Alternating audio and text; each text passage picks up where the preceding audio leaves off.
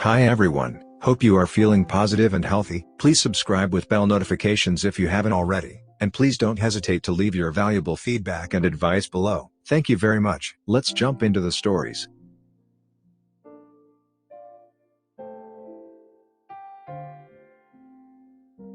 Am I the unreasonable one for firing my babysitter for not following the rules?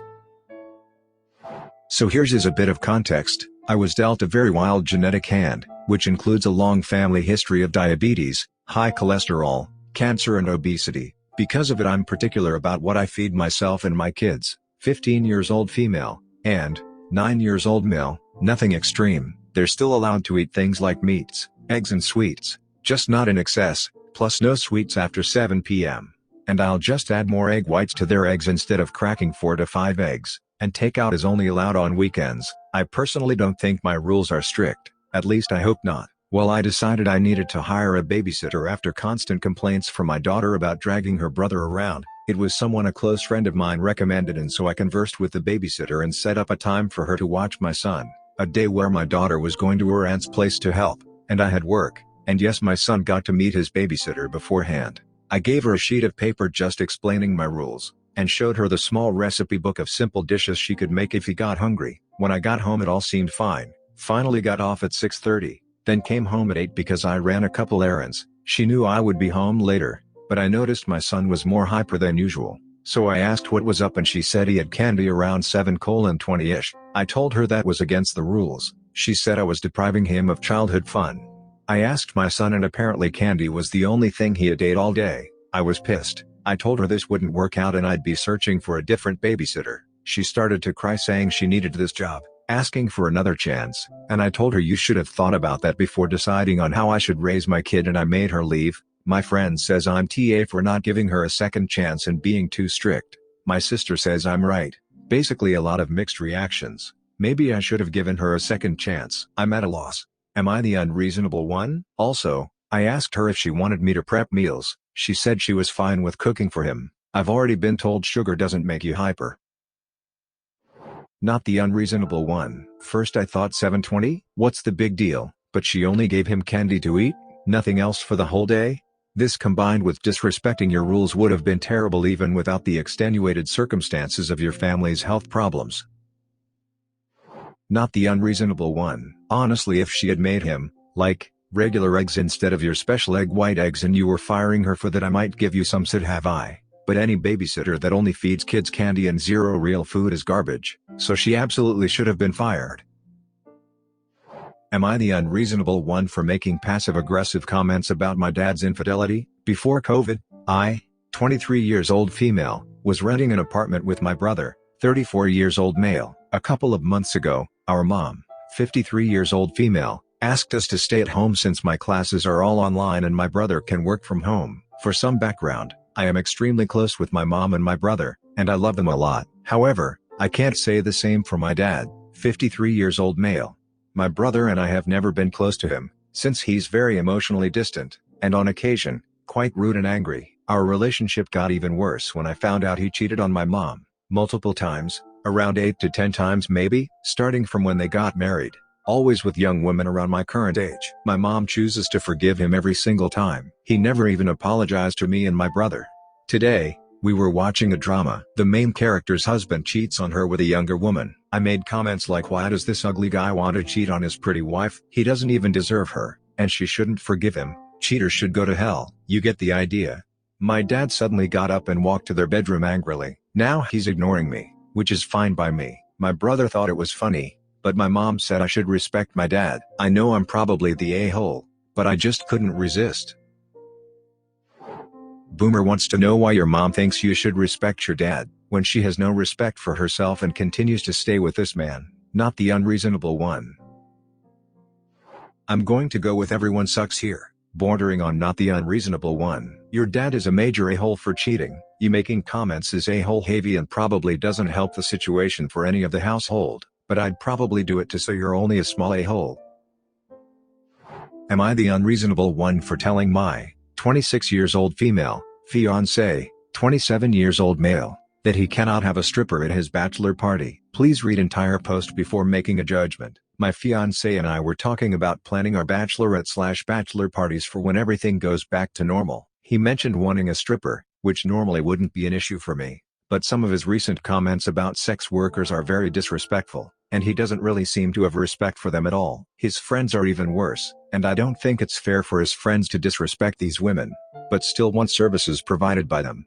It wasn't just the comments though. There was a situation where his best man, who I'm not fond of, but I can't control who my fiancé chooses to be friends with, got drunk and made very disgusting comments about women and strippers to a stripper, and got them kicked out of the club they were at for another bachelor party. I don't think it's a good idea for a woman to have to potentially deal with that, because my fiancé and his friends cannot respect sex workers. He made a comment saying how they're getting paid and have to expect that stuff to happen anyway because of what they choose to do. That comment itself made me feel even stronger about my opinion on this, and I told him he cannot have a stripper at his party until him and his friends can learn to respect sex workers. He got mad at me and said he's just not going to have a party anymore, and said I'm ruining his bachelor party for him.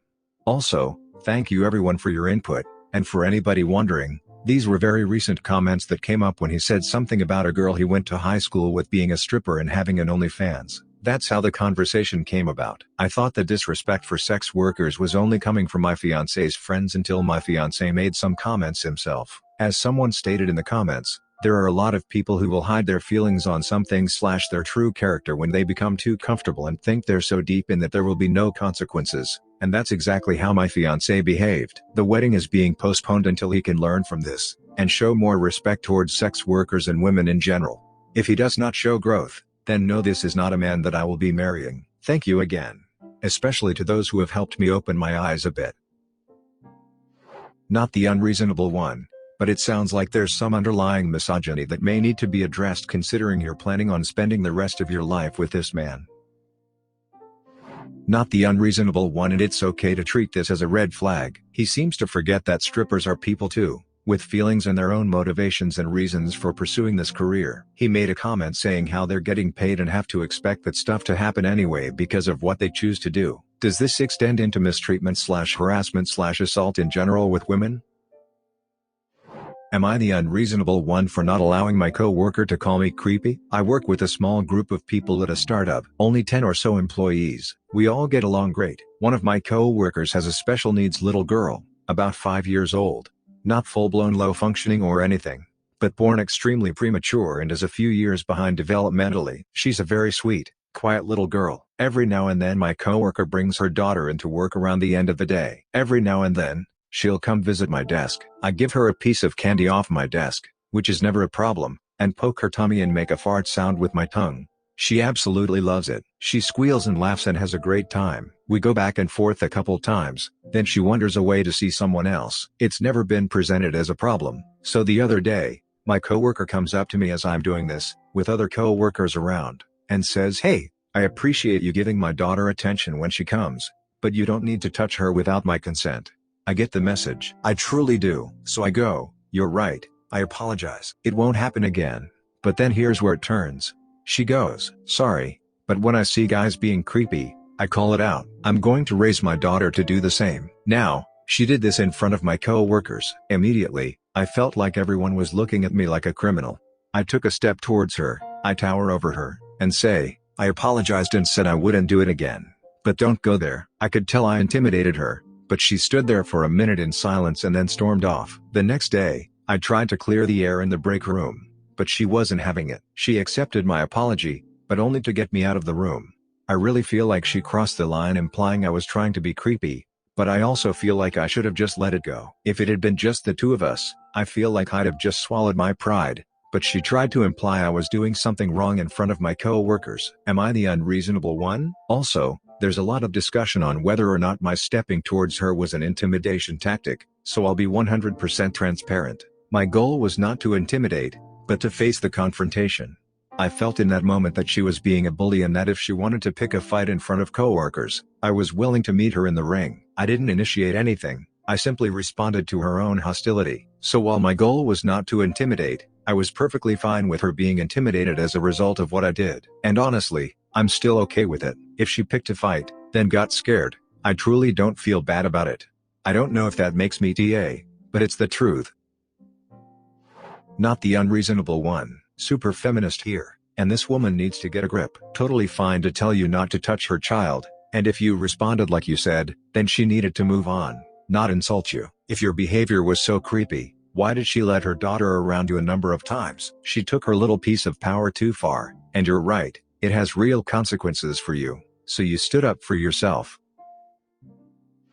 Am I the unreasonable one for restricting the amount of baking my sister has? Title sounds bishty, but it has gotten to a point that is honestly frustrating even if it can be considered just a spat between sisters. I, 20 years old female, am the only one in the house that bakes, and the family typically tends to like what I bake, with the exception of my mom who isn't big on chocolate. In the past few months, especially since my sister, 24 years old female, has been working, I haven't been able to have much of what I bake. For example, I made a slice last week for myself and my family, just the four of us, and I only got 3 slices, only one good bit, and not so good sized. Usually, I would have been able to have a good bit every day of the week for morning tea, and same goes for my family, but my sister feels the need to have to take something for herself and her friend who she works with every day, and then proceed to have another bit when she gets home. Today, I made some cookies that I love and usually just make around Christmas time because I had been craving them and the recipe only gives around 15 cookies. They're not big, but they're not small. And so I told her that if she wants her friend to have one, that's fine, but she can't take her friend one every day and still expect to have 2 a day. That made her very angry, and I got a speech about how much of a bitch I am, and my mom sided with her that I didn't buy the ingredients, I did, and that I can't be so controlling. And now, it is still continuing on and the house is pretty much tense. I just want to get some opinions on whether or not I was the a-hole or not because I am honestly done with baking at this point even though I love it. I just like having what I bake last so I can have something throughout the week. So, am I the unreasonable one?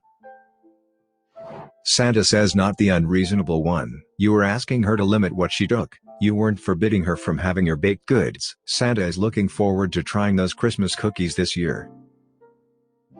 Not the unreasonable one. Your labor makes it yours. She can make the cookies next time. Subscribe and turn on the notification bell for more stories delivered to you. Thanks for listening. See you later.